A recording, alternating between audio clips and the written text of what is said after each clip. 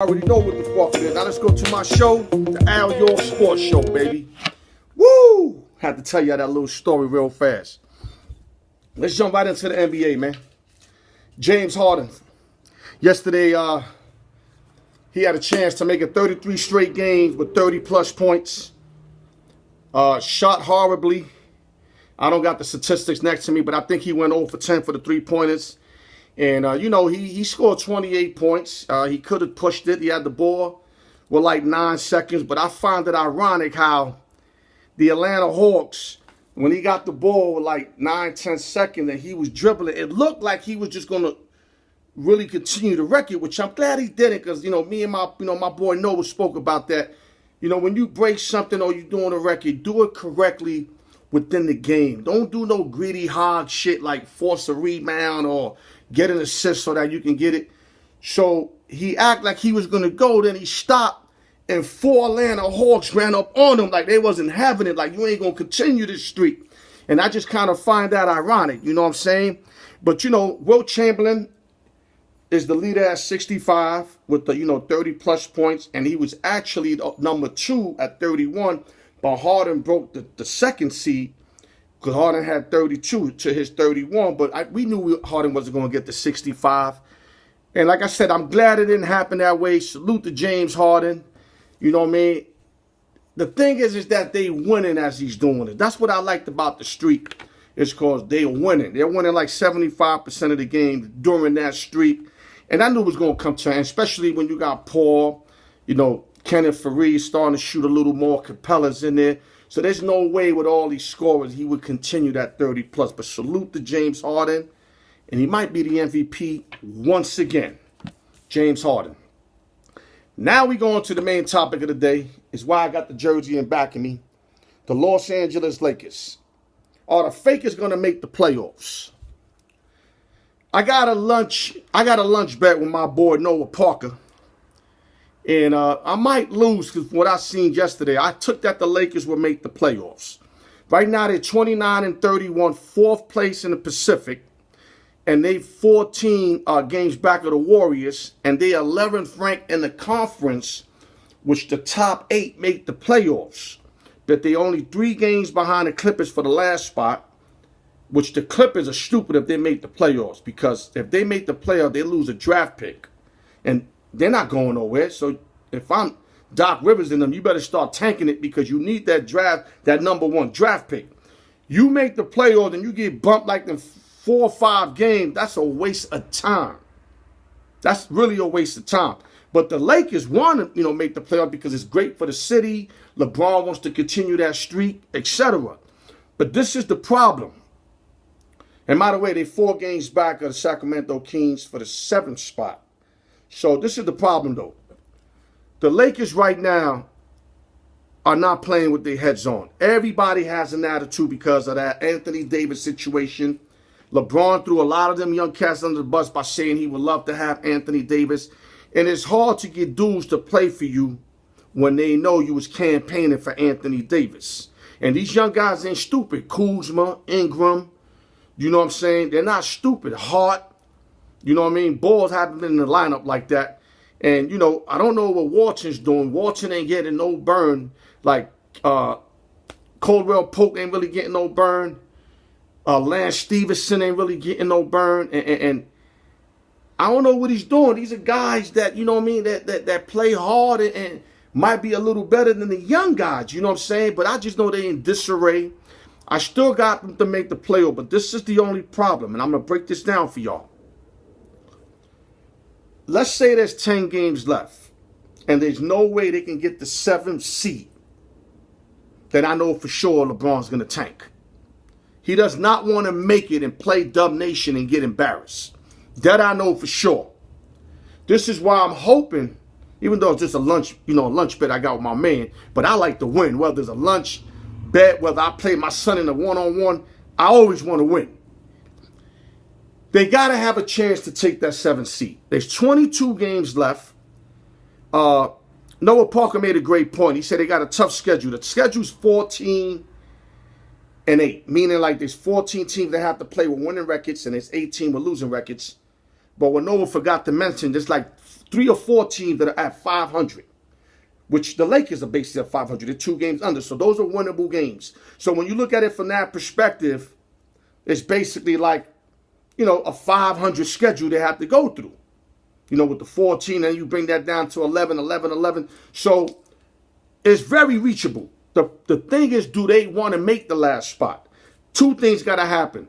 LeBron's got to start balling out, start playing defense, leading by example, and them young dudes got to re-buy in to what's going on, which I don't see. Because every time I watch the Lakers, they look real disgruntled, man. Somebody's always playing. And one thing about LeBron James, by throwing cats under the bus, don't be surprised if he end up like Private Powell, man. That's right, I said Private Powell, man. You know what I'm saying? Don't be surprised from Full Metal Jacket, because he's running his mouth. I seen JaVale McGee upset with him yesterday. Rondo grilled the nigga like, because Rondo threw a bad pass, and LeBron went like this late, and Rondo was grilling him. And them young cats already feeling a certain way. So LeBron better not go to sleep by the locker room, because they're going to do that thing with the sock with the soaps in it, and they're going to rock that nigga. I'm telling you, dumb niggas is upset at him right now. Or dumb ninjas. Let me use the word ninjas. I'm working on the N-word. Y'all know I don't mean nothing by it. Dumb ninjas is upset. They're about to make an example on the homie. Because the way he's throwing them under the bus, they know that he's at the tail end of his career.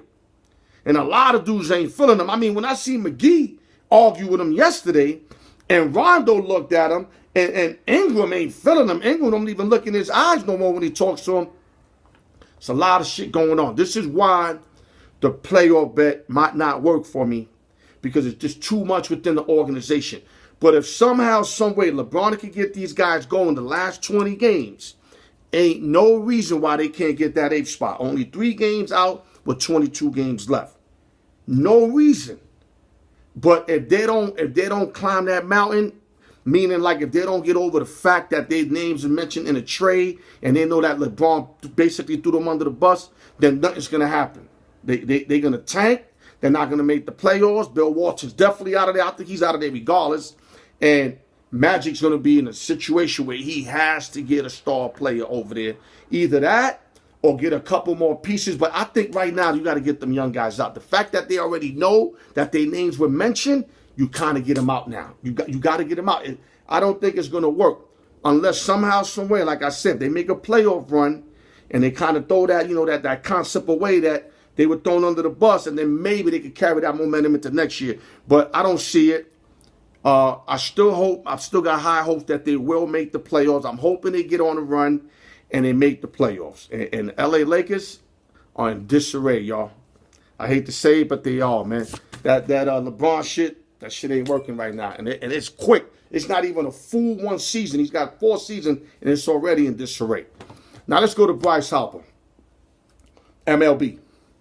He turned down like $300 million from the Nationals. Obviously, he don't want to play there no more, nation's capital. Which I don't blame him. I mean, he gave it his best shot. It's time to move on. Philly's got like a 7-8 year deal for him. I think they off a little bit on the average.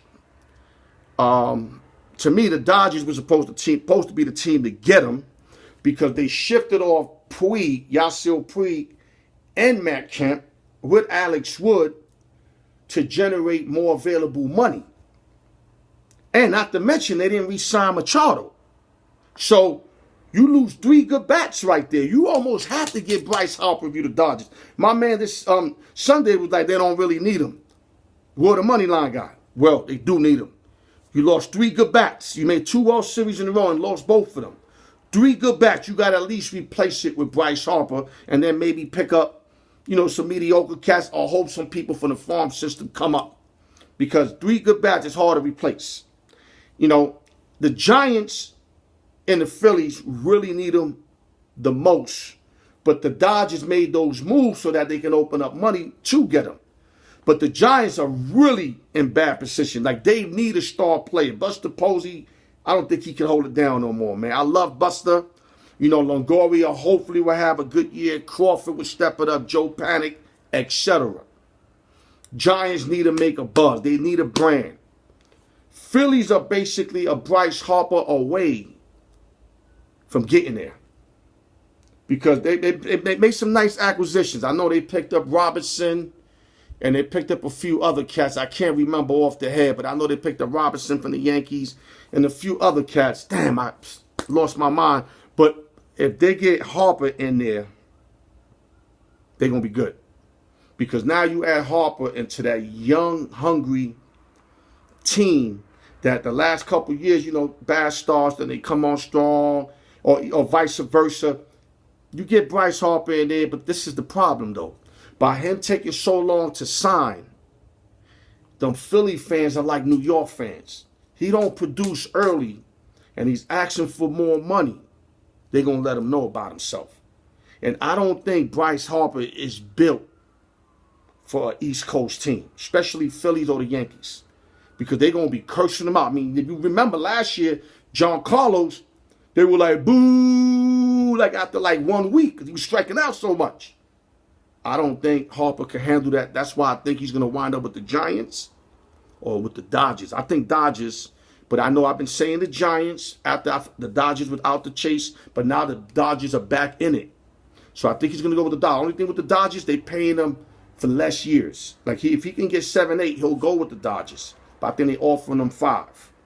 So Bryce Harper's got to make a decision sooner than later, and he better get his shit together because right now, son, he's making it hard because wherever he goes, people are going to know that he wanted more money. It's like 126 days already that he hasn't signed. So he's going to have to make a decision quick, and I wish him the best of luck, man, because wherever he goes, he's going to get what he asked for. They know that he wants more money, and he should have just signed right out the gate with the Phillies when they offered him that 10-year, whatever it was, and he would have been out that mess. But now he's going to have to produce and produce quick. All right, so this is Alyork Sports. Thank you guys for continuing to tune in. Remember, each and every Sunday, tune in to Facebook Live. I have to say something, but you know what? I'm going to leave it like that, man. Yeah, I forgot. I was going to throw something else in. Tune in every Sunday, Facebook Live, to the Alyork Sports Show, the Round Table. I love y'all. Continue to tune in, and I got y'all. And don't tell nobody about that white girl joke, man. Keep that between us. Keep your heads. Love.